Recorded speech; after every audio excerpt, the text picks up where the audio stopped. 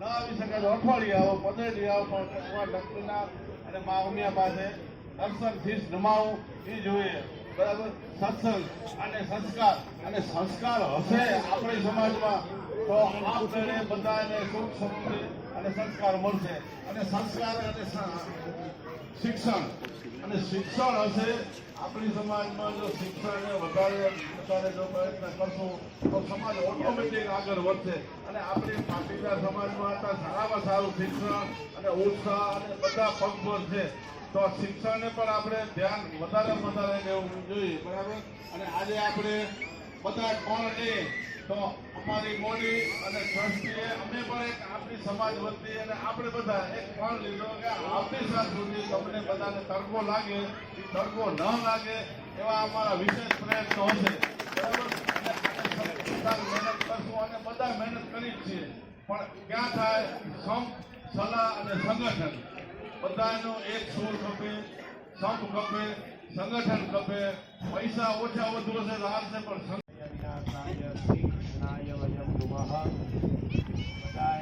પાટીદાર સમાજના, પટેલ સમાજના બધાને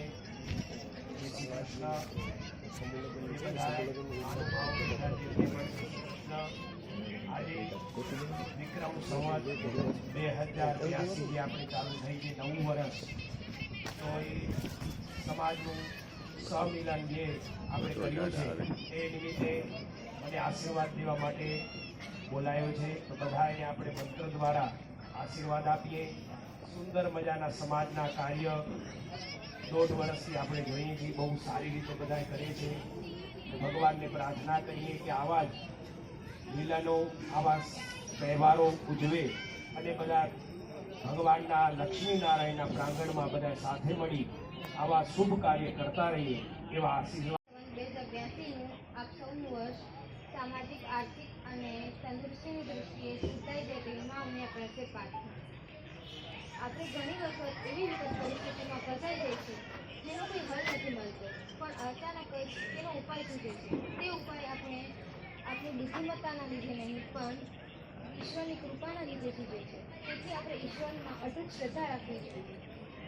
આજના આ સ્નેહમિલનના કાર્યક્રમમાં આપ સૌ ઉપસ્થિત રહ્યા તે બદલ હું આપ સૌનો હૃદયપૂર્વક આભાર વ્યક્ત કરું છું.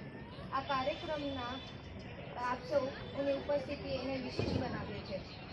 આ સ્નેહમિલનના કાર્યક્રમ એક કાર્યક્રમ નથી, પણ આપણા સૌ વચ્ચેના સ્નેહ, એકતા અને આપણા પરિવાર જેવી લાગણીનું પ્રતીક છે.